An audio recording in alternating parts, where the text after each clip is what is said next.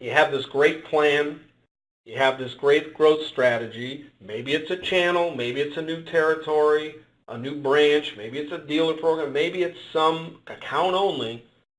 But if you don't understand what to do immediately and how to merge the culture so everybody looks the same and everybody talks the same, it will cost you a lot of money and you've wasted a lot of time. You have to be able to do that. It's one of the key successes of anybody that does acquisitions. So how fast can you get everybody thinking in the same direction?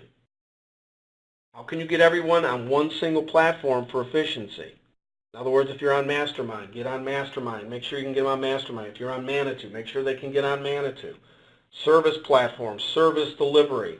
Now you have a product where you service a lot of different kind of customers and a lot of different panels out there, but you have to have a strategy for, okay, well, our commercial new installations, they need to be standardized. We don't want to be installing everything. Just because somebody else installs everything, you don't need to install everything. You want to pick a product. Pick a product as a primary, pick a product as a secondary, and use that as your platform as you build out your whole base, if you're talking about specifically residential, small business, and commercial. Integrated, we'll talk a little bit about later. It's a different kind of animal, right? But then you have all your new installations, you're all standardizing. Everybody's thinking the exact same way. Your communication to your employees is equally as important as your communication to the customers. Everybody in your organization, they really have to understand what winning and losing is. And what I mean by that is a lot of people think they're working really hard and they think they're doing a really good job, but they don't understand what winning and losing is, and they could be spinning their wheels going in the wrong direction.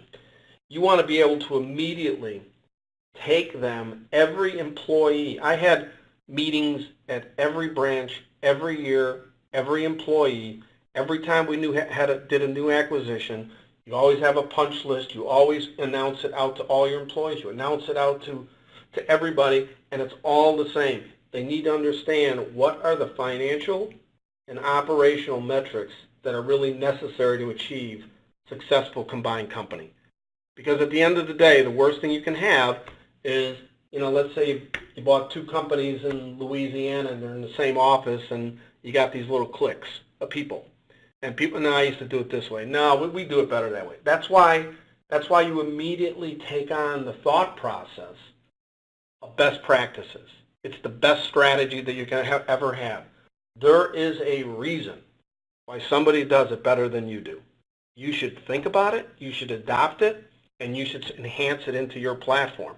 Now, it's hard to do in large companies. Large companies, they're just not as nimble, but you talk about regional companies, and I think a lot of people are on this phone today, and smaller companies, you absolutely have the nimbleness to do this. And it's really, really important because it will create success, and you're flying underneath the radar with all these opportunities that are out there. So I think that is really, really important. I talked about having a checklist, weekly meetings on the progress of integration, cost reduction. You need to set goals, and you need to set important goals that you know you can achieve, and then start to measure them. And make sure you cascade those goals from the top all the way to the bottom. In other words, when we went to a different branch, we would sit down, we'd grab service technicians together and say, hey, do you know which companies were acquired in this whole portfolio of companies? Do you know the names of them? I mean, we'd really spend the time to do that because it was the one that made the difference. The other thing, as I talked about earlier, is just the opportunity to retain some really serious talent that you're just not going to be able to get otherwise. And some of that talent leads to other talent because they know people, and all of a sudden we're starting to get into different channels. So at the end of the day, again, acquisitions aren't for everybody, and sometimes you only want pieces of it. In our case, we wanted every branch to predominantly look the same once we built out the territories, all contiguous, by the way. And that was the following. We wanted to have a residential component. a really nice kind of, let's call it, semi-high volume type program. We wanted to have a small business, but a careful small business. Small business, if you're not careful, has high attrition characteristics, mainly because you think about it, a pizza shop opens up and they close, and you're kind of transferring dollars around. It becomes very, very expensive. You got to be careful about your small business and who you choose. Let's say they should be in business for 2 years as an example, or some sort of rule that you could have that you feel comfortable with within your construct of your company. And commercial. We wanted to be commercial in every single branch. Now, on top of that, we found a nice company that was an integration company. Now, we weren't really geared to be an integration company, so it was a little bit of a leap, but it was to our core strategy.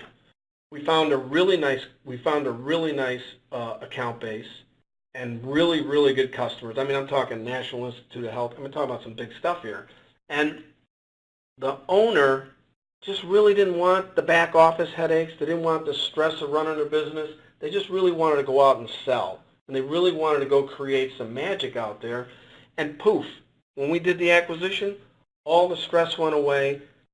Started building out the channel. We started it in D.C., obviously. That's where we first started it. And then all of a sudden, now we're going into our bigger branches like Dallas, like McAllen, Texas, like Houston, and Philadelphia. And we're starting to put some of those components in there as we find integrated companies, and we kind of merge them together under that umbrella of the one company that we bought, so that we were all standardized in terms of back office stuff, how we went to business, blueprints. On the fire side, you have nice at level 4s, nice at level 3s, all those kinds of things. That's just what we chose. What you guys can choose is anything you want. It's just this is a really, really unique way of being able to build your business through acquisitions. And I can tell you, doing it in 3 different companies and doing it for a very, very long time, it's actually a lot of fun. It's a lot of fun because the whole organization is energized. Who are we looking at next? What are we looking to do next? How are we looking to gain more employees? How we are able to develop, some new talent, so on and so forth.